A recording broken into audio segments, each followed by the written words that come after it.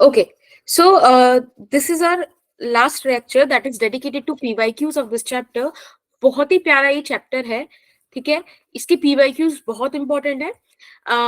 अगर मैं आपको बताऊं, लास्ट ईयर इस चैप्टर से, सिर्फ इस चैप्टर से 4 क्वेश्चन आए हैं. आप समझ रहे हो, 4 क्वेश्चन का मतलब 16 मार्क्स है. चलो मैं इसको एक एक्सेप्शन समझ लूं कि उस ईयर आ गया बाय चांस, बट एटलीस्ट आप इससे 8 से 12 मार्क्स का तो एवरेज निकाल सकते हो ना, कि 2 से 3 क्वेश्चन आपके आ जाए. तो जब इतनी ज्यादा चैप्टर्स, इतने ज्यादा मार्क्स आते हैं तो हमारे लिए बेहद इंपॉर्टेंट हो जाता है. आपकी 11th क्लास, हमारा नीट, और आज है 15 जनवरी. यस, देखो मैंने आपको आई गेस अगर पहले कभी पीवाईक्यू सेशन कराया है या नहीं कराया है, तो भी मैं आज आपको एक इंपॉर्टेंट बात बताना चाहती हूँ कि हम पीवाईक्यू सेशन क्यों करते हैं, या किसी भी एग्जाम को क्रैक करने के लिए why the PYQs are so important. क्यों हर टीचर, हर कोई पीवाईक्यू पे जोर डालता है? क्योंकि बेटा पीवाईक्यू ना आपको रूबरू कराते हैं आपके आने वाले एग्जाम से. जिस टाइम आप एग्जाम रूम में एंटर करते हो ना, उस टाइम बहुत सारा केओस होता है, बहुत सारे वेरिएबल्स होते हैं, बहुत डर होता है, एंजाइटी होती है, फियर होता है, विच इज टोटली ह्यूमन वाला बिहेवियर होना चाहिए, है ना. अगर पढ़ के गए हो तो डर तो लगना चाहिए थोड़ा सा. बट उस टाइम आपको कॉन्फिडेंस और कंफर्ट अगर कोई दे सकता है ना, तो वो बात दे सकती है कि आप उस पेपर को कितना जानते हो. अगर आपको आपके पेपर का फ्रंट ही समझ में आ रहा है ना, क्योंकि कुछ टाइम तक के लिए तो आपको पेपर खोलने नहीं दिया जाता है ना, सील ओपन करने का एक टाइम है, तो उस टाइम तक वो फ्रंट भी समझ में आता है तो बहुत अच्छा लगता है. और अगर बाई चांस आपने पीवाईक्यूज पढ़ रखे हैं ना, तो आपको आपके उस ईयर के उस पेपर के क्वेश्चंस भी जाने पहचाने लगते हैं, अलग लेवल पर खेलते हो फिर.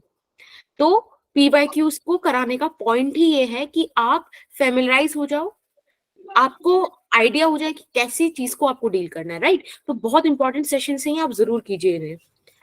तो यही ऑब्जेक्टिव है आज के क्लास का. इसी एक एनर्जेटिक चीज के साथ हम क्लास स्टार्ट करते हैं. कुछ डेटा है आपके पास. अब बात कर लेते हैं डायरेक्ट डू यू रिमेम्बर वाली स्लाइड की, यानी कि आपको पिछली बातें याद है कि नहीं. तो मुझे फटाफट से बता दो कितने लॉज बताए थे मैंने आपको. 3 लॉज में 3 लॉज. पहला लॉ क्या था?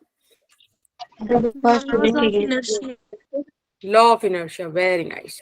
इसमें सिंपल सी एक बात बोली गई थी कि अगर आप एक्सटर्नल फोर्स लगाओगे तो ही बॉडी अपना स्टेट चेंज करेगी, चाहे फिर वो रेस्ट का हो या मोशन का. अगर आप कोई फोर्स नहीं लगाते तो वो जिस सिचुएशन में मूव कर रहे हो उसी में कंटिन्यू करती रहेगी. सेकंड बात किस बात की हुई थी? मोमेंटम. एग्जैक्टली कि जो हमारी एक्सटर्नल फोर्स है that is directly proportional to rate of change of momentum, और जिसको आप बाद में बोलते हो कि मैम यहाँ पे हम इसे लिख सकते हैं F is equals to external is equals to dp by dt, क्योंकि k यहाँ पे कांस्टेंट जो है वो 1 होता है, और बाद में हम इसका एक स्पेशल फॉर्म लिखते हैं and that is F net is equals to ma. ठीक है, प्रोवाइडिंग की मास कांस्टेंट है. इसके अलावा बेटा थर्ड बात क्या हुई थी हमारी, अगर आपको याद हो तो? क्रिया प्रतिक्रिया का नियम. Very good. Action reaction. Very nice. चलिए, इसके अलावा जो मुझे इंपॉर्टेंट लगता है वो लगता है कि आप फ्री बॉडी डायग्राम बनाना जानते हो क्या? मैंने कुछ क्वेश्चंस भी कराए थे आपको लास्ट क्लास में. Yes ma'am. बताना क्या होता है फ्री बॉडी डायग्राम. देखो, consider any object as point या एज पार्टिकल, जिसको भी आप स्टडी करना चाह रहे हो, जिस पर आप नेट फोर्स कैलकुलेट करना चाह रहे हो, जिसका एक्सेलरेशन, जिसका मोशन स्टडी करना चाह रहे हो, उसको एक पॉइंट या एक पार्टिकल की तरह मानो. ठीक है, और सारी की सारी फोर्सेस उस पर आप ड्रॉ कर दीजिए. Draw all the forces that are acted upon it. ठीक है, इस चीज के लिए बड़े ही ध्यान से सुनिएगा कि वो सारी फोर्सेस आपको मेंशन करनी है जो उस पर लग रही हैं, वो नहीं जो वो लगा रहा है, जो उस पर एक्ट कर रही हैं. और तीसरा कि इक्वेट द फोर्सेस. ठीक है, आप सारी फोर्सेस में से नेट फोर्सेस वगैरह निकालिए, एक्स एक्सिस की एक्स एक्सिस में, वाई एक्सिस की वाई एक्सिस में, और उसको उठाकर एमए के बराबर रख दीजिए. Is that okay? Yes ma'am. ठीक है. Yes ma'am. तीसरी बात जो मैं चाहती हूँ कि आपको याद हो पिछले डिस्कशन से, वो है कंजर्वेशन ऑफ लीनियर मोमेंटम. क्या याद है हमें? क्योंकि इस पर बहुत क्वेश्चंस आते हैं. काफी मतलब प्यारा टॉपिक है ये. मैंने आपको बताया था कि अगर हमारे पास एक्सटर्नल फोर्स 0 हो, यानी कि कोई भी फोर्स आप ना लगा रहे हो, if external force is 0, in that case dp by dt would become 0 and if it become zero, किसी चीज की चेंज होने का रेट अगर जीरो हो जाए तो मतलब कि वो चीज कांस्टेंट है। यस और Yes, ma'am. तो जहां भी कभी बेटा आपको देखो कुछ ना कीवर्ड्स होते हैं जो आपको पहचानने होते हैं, जैसे कि कुछ कीवर्ड आपको मिलेंगे सडन, ठीक है, एट रेस्ट, कि इनिशियली एट रेस्ट, ठीक है, और बाय इटसेल्फ। ये जो वर्ड्स है ना, इनका मतलब है कि इसमें आपने कुछ नहीं किया है, सडनली खुद ही ब्रेक हो गया, इनिशियली रेस्ट पे था और फिर वो किन्हीं 2-3 पार्ट्स में टूट गया, खुद ही सारा काम हो गया। ये सारे क्वेश्चन, ये सारे वर्ड्स ना इस बात को इंडिकेट कर रहे हैं कि बेटा एक्सटर्नल फोर्स जीरो है। और जब भी एक्सटर्नल फोर्स जीरो का जिक्र आपको मिल जाए तो आप फटाफट से इस बात पर पहुंच जाइएगा कि मैम मोमेंटम कांस्टेंट होगा। हम बोल देंगे इनिशियल मोमेंटम बराबर फाइनल मोमेंटम और लगा देंगे, काम कर देंगे। समझ में आया क्या? Yes, ma'am. Yes, ma'am. बहुत बढ़िया। Yes, ma'am. फिर आ जाइए, आप आपके क्वेश्चन से स्टार्ट करते हैं। देखो मैं एक चीज आपको पहले बता दूं, क्वेश्चन स्टार्ट करने से पहले हम क्या करेंगे, हम आपको हर एक क्वेश्चन की लेना पोल देंगे, ठीक है। पहला पोल आने में थोड़ा सा टाइम लगेगा, बाकी सारे पोल्स जल्दी जल्दी आ जाएंगे। हर एक क्वेश्चन के लिए पोल देंगे, आप उस पर ही आंसर करोगे, कोई भी माइक ऑन करके चैट में नहीं आंसर करेगा। पोल को यूज करने का मैं आपको तरीका बता देती हूँ। जो 3 डॉट आपको दिख रही है उस पर क्लिक करना, एक एक्टिविटी वाला सेक्शन आता है, triangle, circle, square, something like that, उस पर क्लिक करना, उस पर पोल आता है। पोल पे जाके जो भी आपको एबीसीडी में से ऑप्शन लग रहा है उसको क्लिक करके वोट कर देना, बात खत्म। समझ में आया? Yes, ma'am. ठीक है, मैं आपको हर क्वेश्चन के साथ टाइम मेंशन करूंगी, आप उतने में ही वो करोगे। देखो अभी टाइम हो रहा है 17:58। इसको करने के लिए मैं आपको 2 मिनट दे रही हूँ। 2 मिनट इसलिए क्योंकि पोल थोड़ा आने में टाइम लग जाएगा ये वाले में, बाकी में जल्दी आ जाएगा। क्वेश्चन है, a body under this force, एक बार मैं फोर्स यहाँ पे लिख देती हूँ अगर थोड़ा सा ये ब्लर सा हो रहा है, -8j cap plus 10k cap, ये फोर्स दे रखा है। बोल रहा है कि 1 मीटर पर सेकंड स्क्वायर का एक्सेलरेशन ले लेता है, तो बताइएगा मास कितना है। अब आप फटाफट से सॉल्व करने में लग जाइए। किसी को कोई डाउट इस क्वेश्चन में? No, ma'am.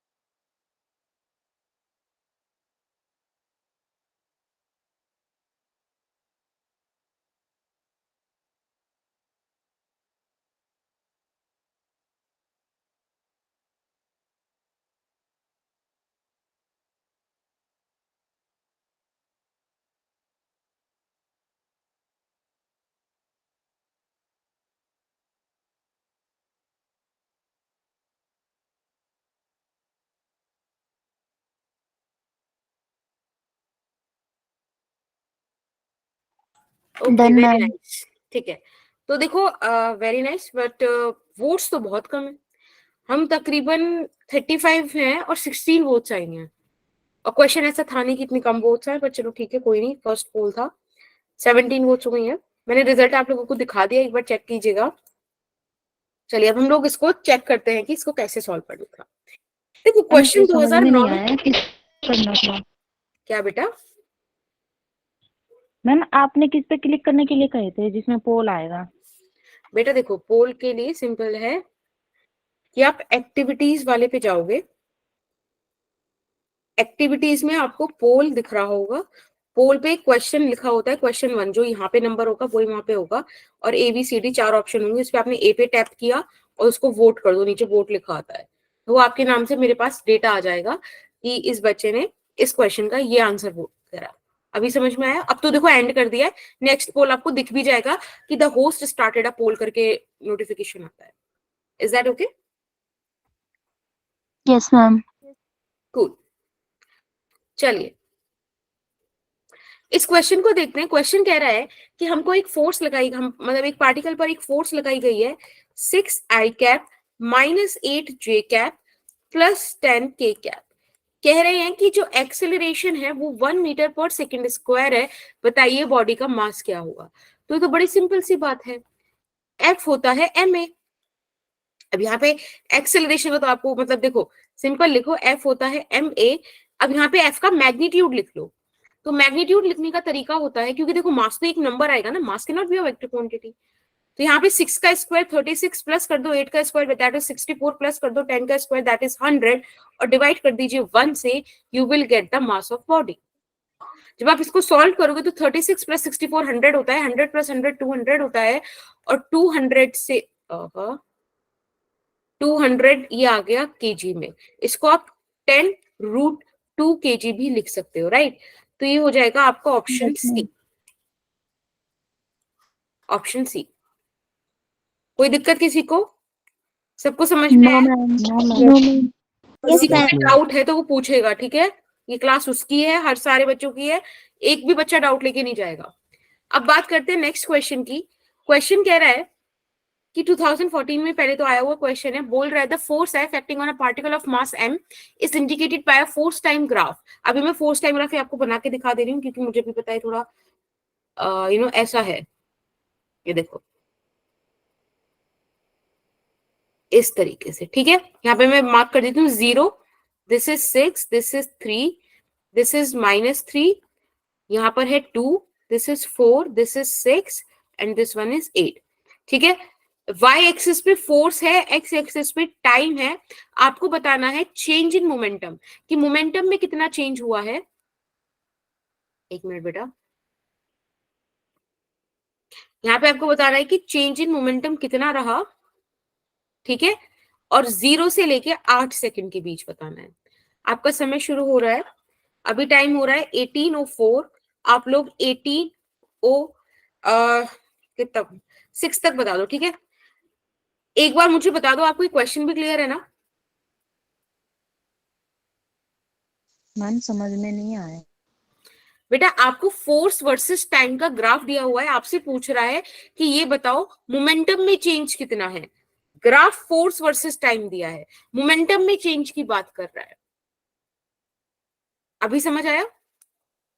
Yes ma'am.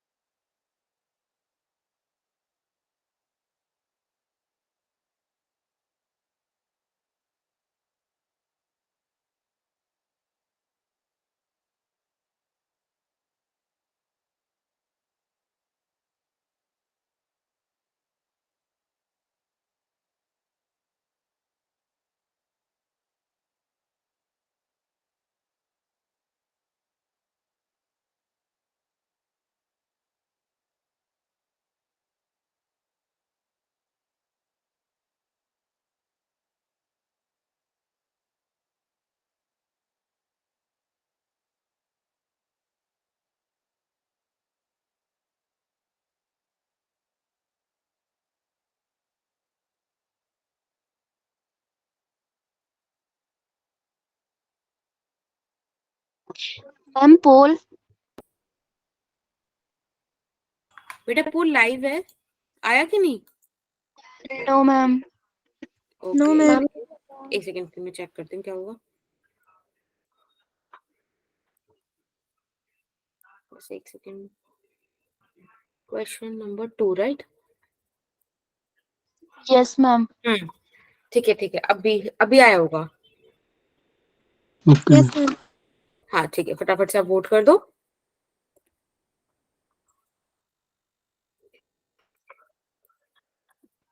Done ma'am. Very nice, Done, ma'am. Good, Done, ma'am. Cool. Okay, so I've got 8 votes. Oh, 10. I'm ending the poll. Okay, 13 हो गए इतने में। ठीक है, 13 वोट्स आ गई हैं।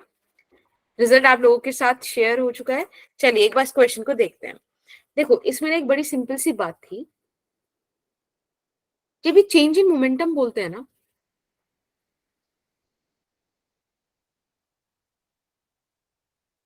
तो basically it is impulse, right? और बेटा इम्पल्स होता है फोर्स इनटू टाइम। जब भी कभी आपको दो क्वांटिटीज के मल्टीप्लिकेशन से तीसरी क्वांटिटी मिलती है तो हमेशा ध्यान रखना उन दो क्वांटिटी का ग्राफ का जो एरिया होगा वो हमेशा आपको वो क्वांटिटी देगा। यानी कि आप ये बोल सकते हो कि फोर्स वर्सेस टाइम का जो ग्राफ है उसका एरिया, जिसको आप बोल सकते हो एरिया अंडर द ग्राफ या area under the curve, this is impulse. तो बेसिकली इस ग्राफ में क्या करना था, मुझे एरिया कैलकुलेट करना था। इम्पल्स मोमेंटम के चेंज को बोला गया है, हमेशा ध्यान रखना मोमेंटम एक वेक्टर क्वांटिटी है, इम्पल्स भी एक वेक्टर क्वांटिटी है, ठीक है? तो आप क्या करोगे, आप एरिया अगर ग्राफ के ऊपर है मतलब एक्स एक्सिस के ऊपर है तो पॉजिटिव, नीचे है तो नेगेटिव, ऐसे मान के चलोगे। तो आप ध्यान से देखना बेटा, आप एक तो एरिया ऑफ ट्राइंगल को ऐड करोगे, उसमें से माइनस करोगे जो नीचे रेक्टेंगल आया है, और प्लस करोगे जो ऊपर एक रेक्टेंगल है। एक बार आप ये चीज देख लीजिए, आप चाहो तो मैं यहाँ पे नेमिंग कर देती हूँ, थोड़ा और सही हो जाएगा। कि ये तो ओरिजिन का ये ओ मान ही लो, इसे A B C D E F G H, ठीक है?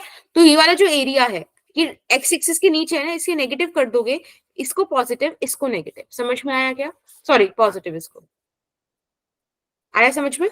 Yes, ma'am. Yes ma'am. ठीक है, तो अब आप देखो अगर मैं इस ट्राइंगल का एरिया निकालना चाहूं तो it is half into base into height, right? Yes, half ma'am. Into base into yes height. Ma'am. Yes ma'am. अब बेस हो जाएगा इसका 0 से लेके 2 तक यानी कि 2, और हाइट हो जाएगी इसकी 6 तक। देखो 0 से लेके 6।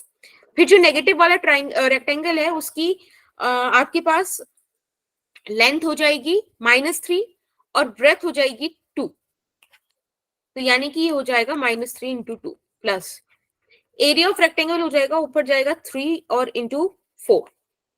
तो ये आपके पास आ गया, आप इसको बस सॉल्व कर दो। 2 से 2 गया, प्लस का 6 माइनस का 6 0 हो गया, यानी कि 12 MV kg मीटर पर सेकेंड इज योर आंसर। एक बार चेक कर लेते हैं, हमारे पास ऑप्शन है बिल्कुल, ऑप्शन सी। समझ में आया क्या? Yes, yes ma'am. मैम। इसको आप 12 न्यूटन पर सेकेंड भी लिख सकते हो, न्यूटन सेकेंड। अब आ जाइए क्वेश्चन नंबर 3 पे। 2012 में आया हुआ क्वेश्चन है। क्वेश्चन कह रहा है कि एक स्टोन है जिसे हाइट h से हमने ड्रॉप किया, उसने ग्राउंड को हिट किया विद दिस मोमेंटम p। अगर उसी सेम स्टोन को हमने उस हाइट से, देखो हमने क्या करा, पुरानी वाली हाइट को 100% बढ़ा दिया, ठीक है, तब ड्रॉप किया, तो बताओ कि मोमेंटम में कितना चेंज आएगा? समझ में आया? केस 1 क्या है कि आपने h हाइट से ड्रॉप किया, केस 2 क्या है कि आपने इसमें 100% हाइट का इजाफा किया और फिर उस हाइट से ड्रॉप किया।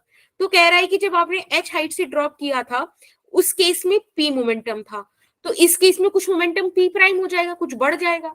तो पूछ रहा है कि चेंज इन मोमेंटम का परसेंटेज क्या है। समझ में आया क्वेश्चन? Yes, ma'am. ठीक है, अभी टाइम हो रहा है 18:11, आपके पास 1 मिनट है, 18:12 तक आप आंसर कीजिएगा। पोल आप लोगों के साथ अभी शेयर हो रहा है।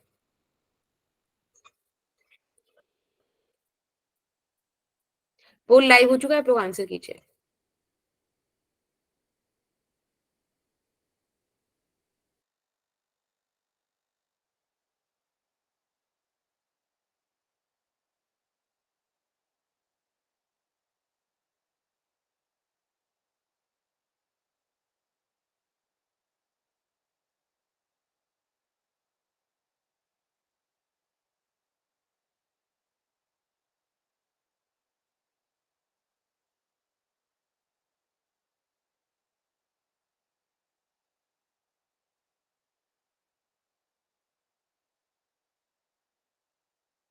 बेटा टाइम ओवर होता है, एंड कर दी गई है पोल, 5 वोट आई हैं सिर्फ, रिजल्ट आप लोगों के साथ शेयर हो चुका है।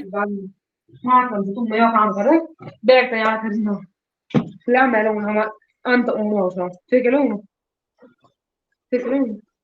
किसी का आई गेस ठीक है, चलिए अब स्टार्ट करते हैं। आप देखो इस क्वेश्चन को ना 2 केस बना के सॉल्व करो। सबसे पहला केस आप बना लेना। देखो मैं आपको बता रही हूँ इसलिए मैं इतना सॉल्व कर रही हूँ, वरना मैं आपको एक डायरेक्ट रिजल्ट से भी बताऊंगी जो रिजल्ट आप लोगों को याद होना चाहिए। पहला केस, जब आपने h हाइट से ड्रॉप किया, जब आप h हाइट से, देखो कभी भी वर्ड ड्रॉप आता है मतलब इनिशियल वेलोसिटी 0 है, और जब आपने ड्रॉप कर दिया तो वो ग्रेविटी की वजह से मूव करता है, ठीक है। तो जो भी डिस्टेंस ड्रॉपिंग में वो कवर करेगा वो नेगेटिव हो जाएगा। क्यों? क्योंकि हमने एक कार्टेशियन कोऑर्डिनेट अपने दिमाग में बिठा रखा है।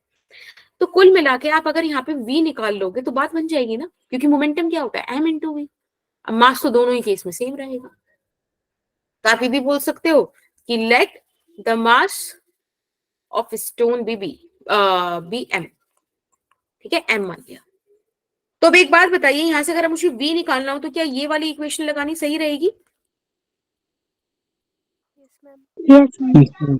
ठीक है, यहां से मैंने u को कर दिया 0, v स्क्वायर आ गया, a भी g भी नेगेटिव, h भी नेगेटिव, तो ये आ गया 2gh, और v आ गया आपके पास √2gh। बेटा ये चीज मैंने इतने स्टेप में, इतनी बातों में बताया है आपको, लेकिन ये चीज आपको याद रहनी चाहिए कि अगर कोई बॉडी अंडर ग्रेविटी फॉल कर रही है, हर एक वर्ड को ध्यान रखना कि अगर कोई बॉडी अंडर ग्रेविटी फॉल कर रही है तो उसका फाइनल वेलोसिटी √2gh ही होता है हमेशा। इट इज ए फॉर्मूला, ठीक है, विच यू शुड रिमेंबर। क्योंकि जब भी वो बॉडी फॉल कर रही है, ये वाली चीज ध्यान रखना कि जब वो फॉल कर रही है under the influence of earth या ग्रेविटी, ठीक है, उस केस में आप ये काम करेंगे। चलिए, जब आपके पास v आ गया, एक बात बताओ, यहां पे अगर मैं मोमेंटम निकालूं तो इनिशियल मोमेंटम क्या m √2gh नहीं हो जाएगा? m into V. Yes, ma'am. इस मोमेंटम से उसने ग्राउंड को हिट किया। Yes, sir. अब ये बोल रहे हैं कि केस सेकंड बना लो, तो केस सेकंड एक ऐसा केस हुआ बेटा जिसमें आपने 100% बढ़ा दिया। किसी भी चीज का 100% क्या होता है? पूरी की पूरी वही चीज। यानी कि अब आपने जो नई हाइट ली वो 2h ही तो हो गई। ये सुनो, Yes, ma'am. अब Yes, ma'am. यही सारी कंडीशन है, आप फिर से उसे ड्रॉप कर रहे हो, बस चेंज किया है कि इस बार 2h से ड्रॉप कर रहे हो, तो बेटा जो वेलोसिटी नहीं आएगी आपके पास उसमें 2g और h की जगह 2h रख देना, बात खत्म। और ये आपका 2√2gh ऐसे कुछ आ जाएगा, √2। अब देखो हमेशा ध्यान रखना, जब भी कभी चेंज की बात करें तो कोशिश करना कि जो नई क्वांटिटी है वो कहीं ना कहीं पुरानी क्वांटिटी की टर्म्स में आ जाए। तो जैसे कि मैं चाहूं तो 2 अंदर ही रखे रहने देती, या खाली एक 2 बाहर निकाल के काम कर लेती, बट मैंने फिर भी √2gh लिखा, √2 अलग लिखा। द रीजन इज कि √2gh मेरा पहले वाला हो गया, तो मैं यहाँ पे ये बोल दूंगी ना कि बेटा v प्राइम √2v हो गया। समझे? Yes, ma'am. Yes, ma'am. तो अगर मैं आपसे यहाँ नया मोमेंटम निकालने बोलूं तो Yes, वो आप ma'am. बोल दोगे कि मैम ये तो mv टाइम्स ऑफ √2 हो गया, यानी कि √2p इनिशियल हो गया। अब अगर आपके पास √2p इनिशियल आ गया तो आपको पता है √2 का वैल्यू 1.41 p इनिशियल होता है, मतलब Yes, ma'am. 1.41 होता है। तो अगर मैं आपसे यहाँ पे चेंज इन मोमेंटम की बात करूं, अगर मैं आपसे कहूं कि मुझे चेंज इन मोमेंटम बता दो, तो आप ये तो बोलोगे कि ma'am p prime minus p initial, Yes, यानी कि ma'am. 1.41 p में से p माइनस कर दो। तो मैंने कहा कि बेटा ये तो 0.41 p आ रहा है। आपने कहा बिल्कुल सही। मैंने कहा परसेंटेज बता दो, तो आपने कहा 100 से मल्टीप्लाई कर दो, 41% आ गया कि इतना चेंज हुआ, और आपसे वो चेंज का ही परसेंटेज पूछ रहा था। अब दूसरी चीज ध्यान रखना कि थोड़ा आप ऐसे क्वेश्चंस कई बार कर लोगे ना तो आपके लिए ये चीज बहुत जल्दी हो जाएगी। ये मैंने 1 मिनट दिया था ना, आप लोग इसे विद इन 30 सेकेंड्स कर लोगे, ठीक है? इतना ही टाइम मिलेगा, तो स्पीड हमें बढ़ानी है विद द एक्यूरेसी। 2008 में क्वेश्चन आया था, क्वेश्चन बड़ा प्यारा है, बोल रहा है कि एक बेल्ट है जो ऐसे समझो जो मूव कर रही है बेल्ट, ठीक है, एक बेल्ट। अब हमने क्या करा, हम हर सेकंड उस बेल्ट पे कैपिटल M kg का सैंड गिरा रहे हैं। हम हर सेकंड उस बेल्ट पे M kg का सैंड गिरा रहे हैं। अब आपको एक चीज तो फील होनी चाहिए कि कोई भी लाइटर बॉडी है उसको वो ज्यादा वेलोसिटी से मूव कर सकती है in comparison to the heavier body. ये सुनो, यस मैम। यस। तो जब ये चीज है कि लाइटर बॉडी ज्यादा तेजी से मूव करती है, तो एक बात बताओ, अगर मैं हर सेकंड सैंड गिराती रहूं, मिट्टी गिराती रहूं उस बेल्ट पे, तो उसका वेट बढ़ता रहेगा ना, तो वो तो कम वेलोसिटी से मूव करते रहनी चाहिए। लेकिन अब मेरी शर्त भी ये है कि उसकी वेलोसिटी कांस्टेंट रहे। अगर वेलोसिटी मुझे कांस्टेंट रखनी है तो आपको ज्यादा फोर्स लगानी पड़ेगी उसके मोशन के लिए। यस और नो?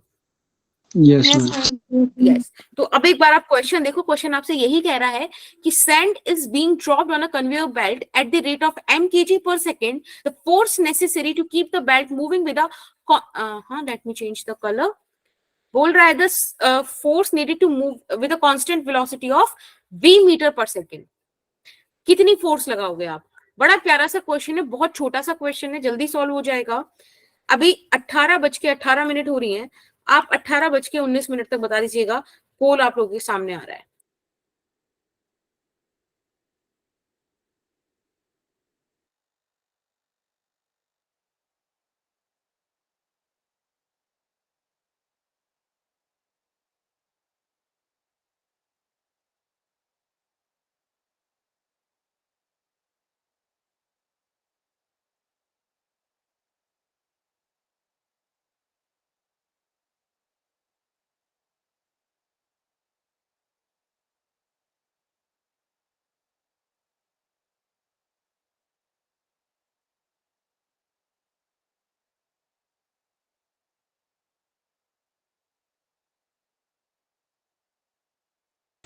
देखिए समय समाप्त हो चुका था, पोल आप लोगों के साथ शेयर हो चुका है और 9 बच्चों ने आंसर किया है। उन 9 बच्चों का जो रिजल्ट है वो भी आप लोगों के साथ शेयर हो गया है।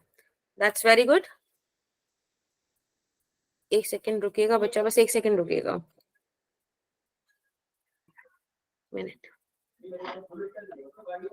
चलिए, लेट्स सॉल्व द क्वेश्चन। पता है क्वेश्चन क्या कह रहा था? ये जो आपका सेकंड लॉ ऑफ मोशन है ना, that f net is equals to m rate of change of momentum, ये आपसे उस बेसिक डेफिनेशन मांग रहा था कि क्या आपने इसका रियल डेरिवेशन देखा है? क्या ये आपको बस ऐसे हवे हवे में f net is equals to ma पता है, या फिर आप ये चीज जानते हो कि force is rate of change of momentum? क्योंकि अगर कोई बच्चा rate of change of momentum वाली बात जानता होगा वही कर पाएगा, कि वही बोल पाएगा मेरे को कि मैम f net या f external is equals to rate of change of momentum. फिर बोलेगा कि मैम मोमेंटम को तो mv रख सकते हैं, और जब आप इसको खोलोगे तो इसको आप m dv dt और v dm dt लिख सकते हो।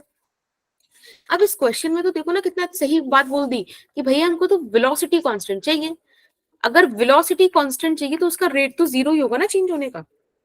लेकिन m ये आपके पास है, हर सेकंड का मास जो हम चेंज कर रहे हैं वो हमारे पास है, और वो हमें कैपिटल M दिया हुआ है। तो बेटा जो फोर्स लगेगी ना कि बॉडी कांस्टेंट वेलोसिटी से मूव करता रहे, वो mv लगेगी। That's it. एक लाइन का क्वेश्चन था, सिर्फ इस बात को चेक करना था इस क्वेश्चन को कि क्या बच्चे को बेसिक फॉर्म याद है, पता है या नहीं।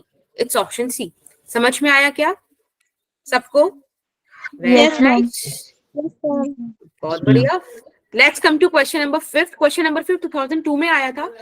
बोल रहा है कि मास है किसी ऑब्जेक्ट का 3 kg जो कि एट रेस्ट है इनिशियली। अब हमने एक फोर्स लगाया उस पे ये वाला और कहा कि find the velocity of object at t is equals to 3 second. मैं आपके लिए एक बार फोर्स वाला जो टर्म है, एक्सप्रेशन है, वो बाहर लिख देती हूँ। 6t square i cap plus 4t j cap, और मास है बेटा 3 kg इनिशियली एट रेस्ट है, ठीक है। अब आपको बताना है कि वेलोसिटी क्या होगी at t is equals to 3 second. Is that okay? किसी को कोई परेशानी इस क्वेश्चन में? क्लियर है? Very good. अब मैं आपको जरा टाइम और बता दूं, अभी हो रहा है 18:21, आप 18:22 तक सॉल्व करेंगे। पोल आप लोगों के साथ शेयर हो रहा है, ठीक है। अच्छा 22 तो हो गए, 23 तक कर लो।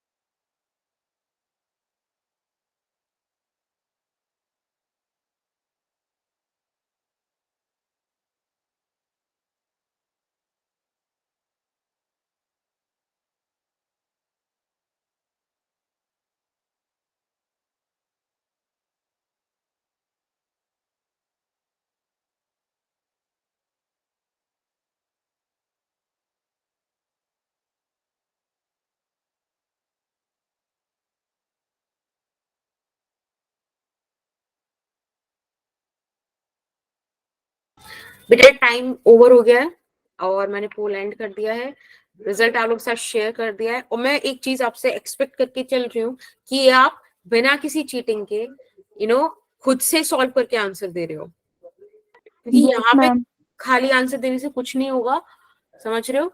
ऑफलाइन कभी चीजें इवेल्युएट होती हैं तो फिर पता चल जाता है। चलिए, अब क्वेश्चन के हिसाब से आपको वेलोसिटी निकालनी है। फोर्स दे रखा है, मास दे रखा है। मुझे फोर्स और मास का तो ज्यादा अभी कुछ रिलेशन फील हो नहीं रहा वेलोसिटी से, बट एक्सेलरेशन का होता है। तो अगर मैं एक्सेलरेशन निकालूं जो कि फोर्स और मास से डायरेक्टली कनेक्टेड है, एक्सेलरेशन से वेलोसिटी निकाली जा सकती है ना। तो हम यही चीज को दिमाग में रख के काम करेंगे कि सबसे पहले एक्सेलरेशन कैलकुलेट कर लेते हैं फोर्स बाय मास से। तो फोर्स आपको यहां दे रखा था 60 स्क्वायर, यहाँ पे लिख लेते हैं 60 स्क्वायर आई कैप प्लस 40 जे कैप। कभी भी यूनिट वेक्टर से डरने की जरूरत नहीं है। जो यूनिट वेक्टर दे रखा है कोई दिक्कत नहीं है, हम यूनिट वेक्टर आराम से डील करेंगे, है ना। तो कभी भी जो यूनिट वेक्टर में, तो बस ये समझ लो एक्स एक्सिस को एक्स एक्सिस में छोड़ दो, वाई एक्सिस को वाई एक्सिस में छोड़ दो, कोई इन्वॉल्वमेंट नहीं, एक दूसरे से इंडिपेंडेंट काम करेंगे, हमारे लिए कोई तकलीफ नहीं। आपके पास आ गया बेटा acceleration. The moment you got the acceleration, now we are going to deal with velocity. और velocity कैलकुलेट करने का मुझे तो एक चीज समझ में आता है कि भाई acceleration can be written as dv dt। बस बात खत्म। जहां ये चीज आपने डॉट्स कनेक्ट कर लिए ना, वहां क्वेश्चंस आपसे होने लगे। अब dv को मुझे तो भाई देखो velocity चाहिए ना, तो बेसिकली हमेशा एक चीज ध्यान रखना कि अगर मुझे डिस्प्लेसमेंट से वेलोसिटी चाहिए तो मैं डिफरेंशिएशन करूंगी, वेलोसिटी से एक्सेलरेशन चाहिए तो डिफरेंशिएशन करूंगी। बट अगर मुझे एक्सेलरेशन से वेलोसिटी चाहिए तो इंटीग्रेशन होगा, वेलोसिटी से डिस्प्लेसमेंट चाहिए तो इंटीग्रेशन होगा। बात समझ में आई? Yes ma'am. तो यहाँ पे एक्सेलरेशन से वेलोसिटी चाहिए थी, इसलिए इंटीग्रेशन ही इकलौता हमारे पास सोल्यूशन है इस चीज का। अब इन्होंने बोला था कि इनिशियली रेस्ट पर है, तो इनिशियली अगर मैं टी का वैल्यू 0 रख दूं तो इनिशियली ये रेस्ट पर है। टी का वैल्यू अगर मैं 3 रख दूं, वही वेलोसिटी ही मुझसे जानना चाह रहा है, तो मैं यहाँ पे टी का वैल्यू 3 रख के यहाँ पे v रख दूंगी, ठीक है। आप इधर सॉल्व करोगे तो ये v हो जाएगा, इधर सॉल्व करो 2t स्क्वायर को आप लिख सकते हो 2t क्यूब बाई 3 प्लस, मतलब ये तो आई कैप में रहेगा ही, 4/3 टी को लिख सकते हो 4/3 T square by 2 J cap, 0 से लेके 3 तक, ठीक है। यहाँ पे आप बस वैल्यूज पुट कर दो, इसकी बात खत्म। तो पहले मैंने 3 पुट करना है, तो 2 टी का क्यूब, 3 का क्यूब और नीचे एक 3, मतलब नीचे भी एक 3 है ना, तो एक 3 से एक कैंसिल, तो 2 9 18, 18 आई कैप बचा। मतलब मैं थोड़ा सा स्टेप्स स्किप कर रही हूँ कैलकुलेशन वाले, बस आपको वैल्यू पुट करनी है, टी की जगह 3 रखना है, फिर 0 रखना है, माइनस करके आंसर दे देना है। तो 0 से तो सब चीजें चली जाएंगी, तो सिर्फ बेसिकली 3 पुट कर दो। जब मैंने यहाँ पे 3 पुट किया तो एक 3 से एक 3 जाएगा, ऊपर बच जाएगा ऊपर क्या बच जाएगा 6, क्योंकि नीचे 2 से 4 गया 2 और 3 9 9 3 3 3 3 3 2 6, यस तो Yes, ma'am. आपके लिए हाँ जी वेलोसिटी आ रही है at t is equals to 3 second की वेलोसिटी आई है बेटा ये, ठीक है, at t is equals to 3 second the velocity is 18 i cap plus 6 j cap and it is your option B. समझ में आया क्या? Yes, sir. Yes, ma'am. Yes, ma'am. चलिए आ जाइए फिर क्वेश्चन नंबर 6 पे। 2016 में आया हुआ क्वेश्चन है, बोलते हैं कि एक रिजिड बॉल है, उसका मास m है, वो एक वॉल पर स्ट्राइक करती है 60 डिग्री एंगल पर और बिना किसी स्पीड के लॉस के, विदाउट लॉस ऑफ स्पीड, वो रिफ्लेक्ट बैक हो जाती है। तो बताइए कि क्या इंपल्स इंपार्ट हुआ, वॉल ने कितना इंपल्स इंपार्ट किया बॉल पर। देखो फोटो कैसी बनी हुई है, फोटो ऐसी बनी हुई है कि ये रही आपकी बॉल, वो वॉल वॉल यानी कि ये रही आपकी दीवार, ठीक है। इस पे आपने एक m मास की बॉल ली और उसको ऐसे थ्रो किया, हॉरिजॉन्टल से ये 60 डिग्री का एंगल बना रहा है और बिना किसी तरीके के लॉस के ये बॉल इधर चली गई और इस टाइम भी ये 60 डिग्री ही बना रही थी। क्वेश्चन में आपको ये चीज दी हुई है कि ये रहा आपकी इनिशियल वेलोसिटी का डायरेक्शन, ठीक है बेटा, ये रहा आपकी फाइनल वेलोसिटी का डायरेक्शन। समझ में आया? मैं Yes, थोड़ा sir. और तेज बना देती हूँ। ये this is initial velocity, this is final velocity, M mass कोई स्पीड में लॉस नहीं हुआ, इंपल्स पूछा है। तो देखो अगर ये भी v वेलोसिटी थी तो ये भी v वेलोसिटी है, समझ में आ रही है? ये बात क्वेश्चन में गिवन है। 18-28 हो रहे हैं, 18-29 तक का टाइम है। मैं आपको एक हिंट दे देती हूँ इस क्वेश्चन को सॉल्व करने के लिए, और हिंट ये है कि रिजॉल्व द वेलोसिटी वेक्टर, जो वेलोसिटी के वेक्टर्स हैं ना इनको रिजॉल्व कीजिए to get the initial and final momentum. आपको अगर इनिशियल फाइनल मोमेंटम चाहिए तो आप एक काम कीजिए, ठीक है,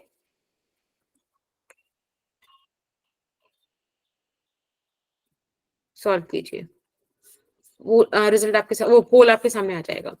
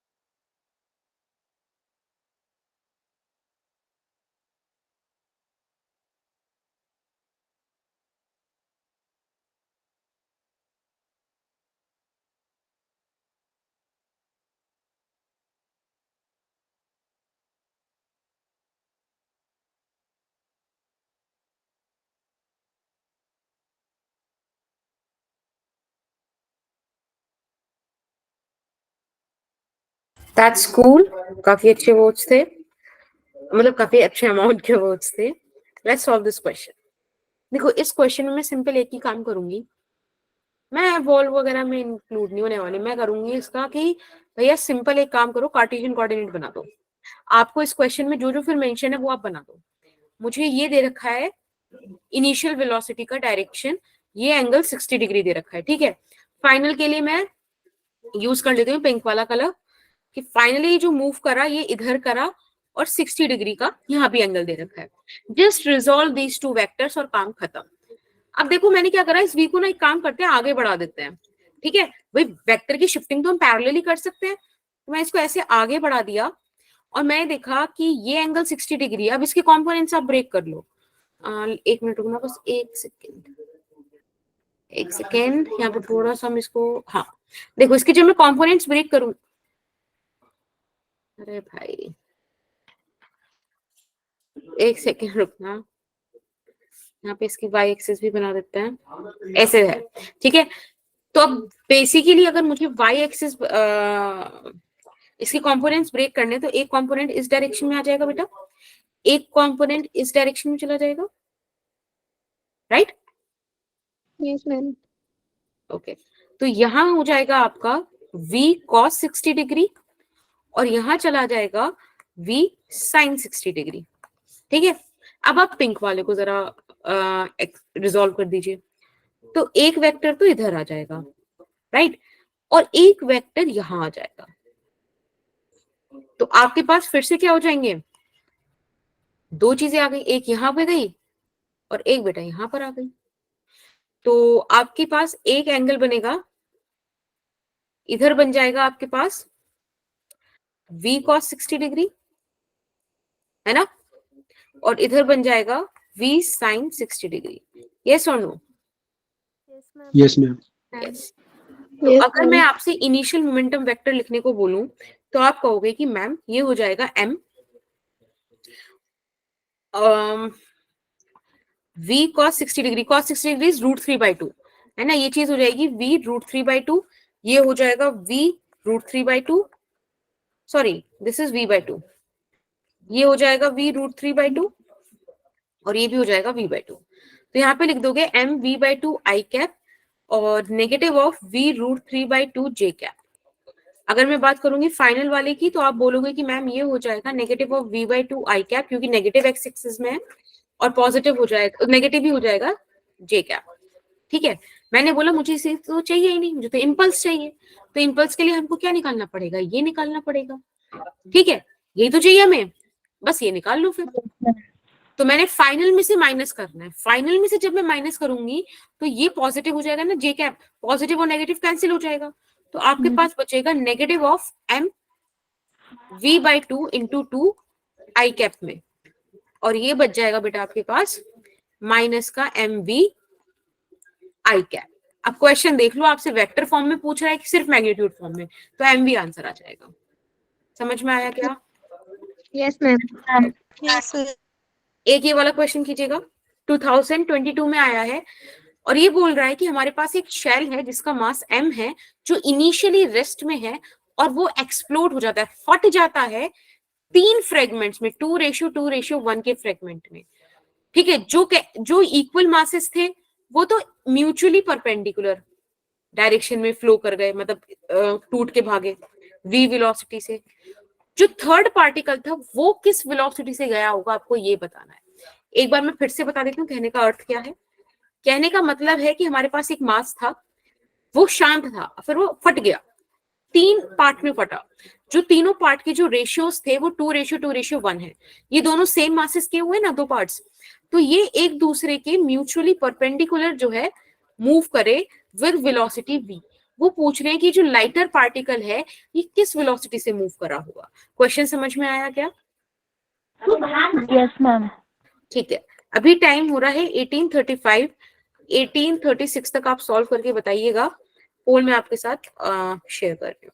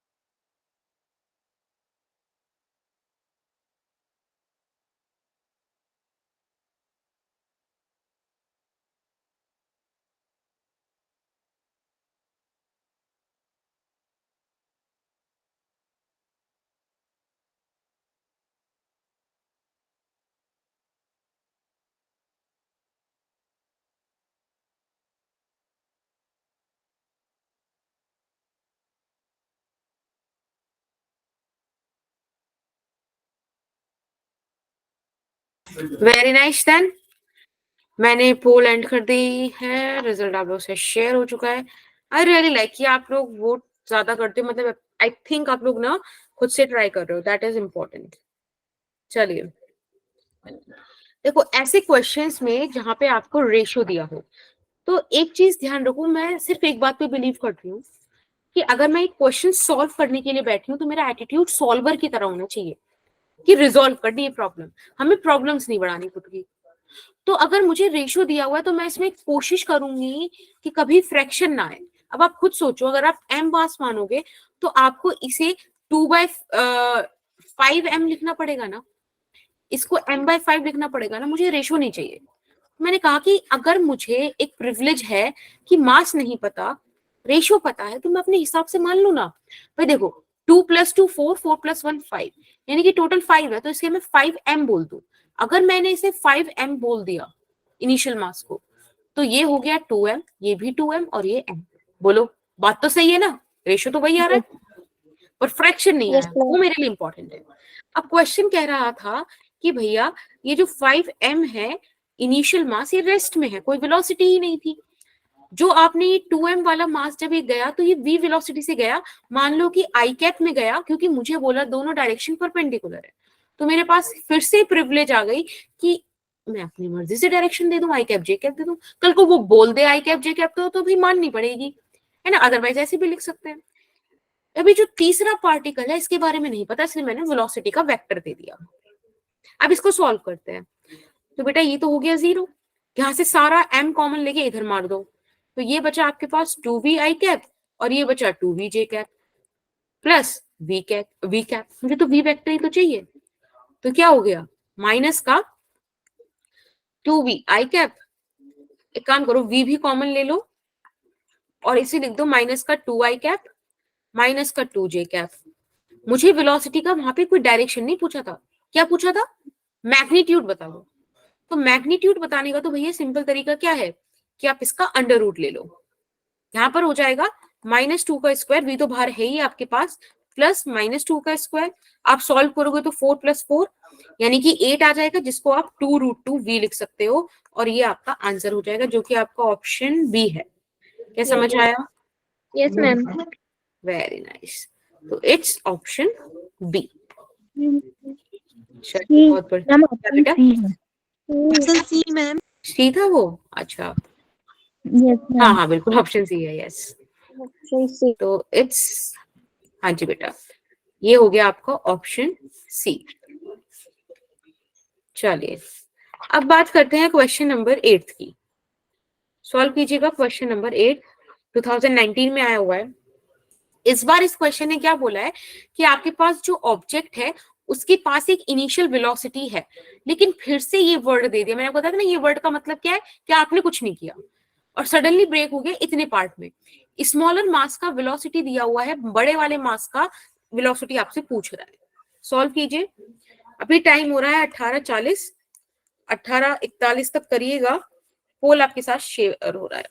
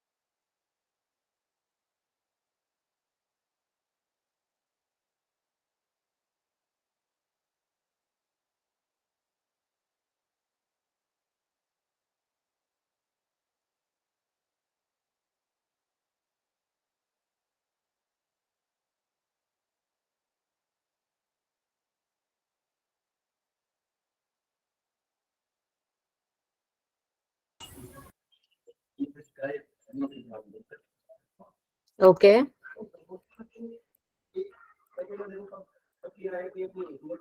ठीक है, लेट्स स्टार्ट। अब बात करते हैं इस क्वेश्चन की सोल्यूशन की। तो क्वेश्चन कह रहा है कि ऑब्जेक्ट है, ओके ओके हम मान लेते हैं कि कोई भी ऑब्जेक्ट है। देखो यहाँ पे आपको जो रेशियो दिया है वो 1:5 दिया है, तो I guess it is good ना कि अपन 6m मान लें। तो आपको 6m के साथ जो वेलोसिटी वेक्टर दिया है वो दिया है 20 i कैप, यहाँ पे लिख लो 20 i cap plus 25 j cap और माइनस का 12 k कैप, ठीक है। और इसको बोला कि जो बड़े वाला पार्टिकल है ना, उसका मास, उसके अच्छा उसकी वेलोसिटी तो निकालनी थी। लोअर पार्टिकल वो स्मॉलर वाले की आपको दे रखी है 100 i cap 35 j cap plus 8 k cap. मुझे नहीं पता कि भाई 5m का सीन क्या है, बट मैंने यहाँ पे मान लिया v वेक्टर। बस ये सब कुछ किस बात पर चल रहा है? Conservation of linear momentum. बेटा जो रिसेंट पैटर्न है ना, वो रिसेंट पैटर्न इस क्वेश्चन के, इस कॉन्सेप्ट के अराउंड काफी घूमता है। मतलब काफी ज्यादा चांसेस हैं on the basis of recent years कि आपको कंजर्वेशन ऑफ लीनियर मोमेंटम पे क्वेश्चन देखने मिले। सो अच्छे से देखिएगा। देखो सबसे पहले m कॉमन लेके मैंने उड़ा दिया, ठीक है। फिर मैंने इसको सिंपल सॉल्व कराया। 6 और 12 मतलब 6 2 12 120 i कैप 25 6 25 5 125 मतलब 150 j कैप और 12 6 6 2 72 है ना। इसमें से आप, हाँ इसमें से आप माइनस करा दीजिएगा बच्चे 100 i cap 35 j cap and minus 8 k cap. बस आ गया आपका v वेक्टर। तो अब जो आई कैप वाला, आई कैप से जे कैप वाला, जे कैप से यहाँ से बचा आपके पास 20 आई कैप। Yes ma'am. यहाँ से क्या बचा आपके पास? ऐसे 110 जाता 115 है ना। 115 और यहाँ से आपके पास क्या बचा? 64। ये प्लस होगा, सॉरी ये प्लस होगा, 80 हो गया है ना, यही होगा ना। ठीक है, तो बस आपका आंसर आ गया। ये आया आपके पास वेलोसिटी, लेकिन ध्यान रखना यहाँ पे 5 और है, तो आपको इसको 5 से डिवाइड करना पड़ेगा तब जाके वी वेक्टर मिलेगा। तो यहाँ से वी वेक्टर आपका हो गया 4 आई कैप और 5 2 10 1 बचा 1 5 3 23 आई cap 5 1 5 3 0 it's this 4 I cap plus 23 J cap minus 16 के कैप। देखो अभी तो मैंने ना सॉल्व कर दिया सारा, बट अगर आप ऑप्शन देखो तो क्या आपको सारा सॉल्व करने की जरूरत थी? 4 आई कैप सिर्फ यहीं पर है, तो बस आपको आई कैप सॉल्व करते आंसर मिल गया। अब कोई मेरी कॉपी आके थोड़ी देख रहा है कि मैंने पूरा सॉल्व किया है कि नहीं, मेरे को तो सही मार्क करना है ना, समझ रहे हो। तो ऑप्शन की प्रिविलेज उठानी सीखो, वो इंपॉर्टेंट होता है। चलिए समय हो गया है। ये क्वेश्चन भी कंजर्वेशन ऑफ लीनियर मोमेंटम का है, ठीक है। आप लोग इसको होमवर्क में मार्क कर लीजिए। अब ना इसके बाद इसमें कुछ 17 क्वेश्चन है, लाइक 9th क्वेश्चन तो ये रहा, अब इसके अलावा कुछ 8 क्वेश्चन और होंगे, ठीक है। तो ये क्वेश्चंस मैं आप लोगों के लिए होमवर्क में दे रही हूँ। 30 क्वेश्चंस आर योर होमवर्क। आपको अगर किसी भी पॉइंट पे ऐसा लगे कि मैम हमें ये वाला क्वेश्चन नहीं आया, ये वाला क्वेश्चन नहीं आया, जो भी क्वेश्चन है, ठीक है, I will give you answers also, ठीक है। एक सॉल्व आंसर शीट और मैं दे दूंगी आपको, बट ये आपकी ड्यूटी है कि आप इन क्वेश्चंस को सॉल्व करोगे और जो प्रॉब्लम आएगी वो आप मुझसे पूछोगे। Is that okay? Yes, ma'am. Okay. So thank you so much for being so nice. It really means a lot. दूसरी चीज, जो आपकी नेक्स्ट क्लास होगी, उस नेक्स्ट क्लास में हम लोग करेंगे रोटेशनल मोशन, ठीक है। हम रोटेशनल मोशन इतना स्टार्ट करेंगे। सर्कुलर मोशन में आपको Okay. पढ़ा चुकी हूँ, राइट? Yes, ma'am. यस तो अब अपन रोटेशनल मोशन के लिए तैयार है, मस्त मजे में स्टार्ट करेंगे, अच्छा होगा, ठीक है। Tata bye bye, have a nice time. Ma'am सुनिए, हाँ जी बेटा। मैम वीडियो कब आएगी यूट्यूब पे? किसकी? ये वाली? यस मैम, इससे पहले वाली भी नहीं आई है। अच्छा ठीक है, आई चेक इट आउट। और ये वाली को भी फिर वो वाली दोनों कल आ जाएंगी, ठीक है। Okay, ma'am. ओके।